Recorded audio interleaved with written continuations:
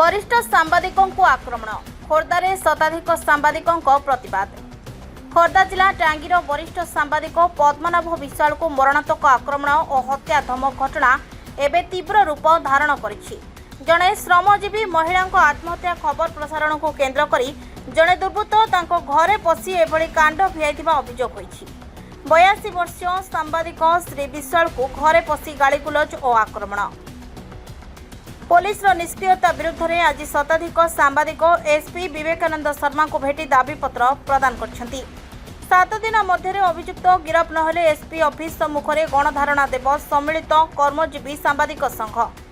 SP घटना को गुरुतर सह ग्रहण कर जड़े स्वतंत्र अधिकारी को तदंत दायित्व देवा सह तुरंत कार्यानुष्ठान प्रतिश्रुति देछंती।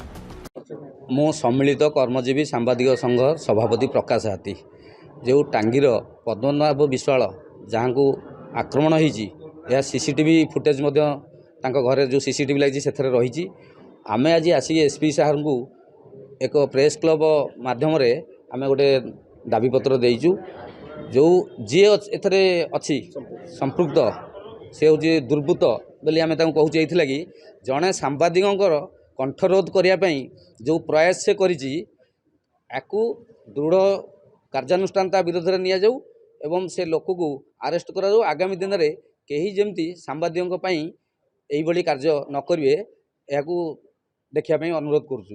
ये जो सांबादिक कंठरोध करने जो एवं प्रयास चलती यह सरकार कि भाव में देखुं आम 7 दिन समय देचु। 7 दिन पर आम ना मुख्यमंत्री पाखक जीवु। मुख्यमंत्री पाखे जेहेतु होम डिपार्टमेंट पाखे अच्छी पाखक जीवु सेठी गोटे अभियोग करूँ आ पीएमजी लोअर पीएमजी रे आम बसिया प्रस्तुत हो।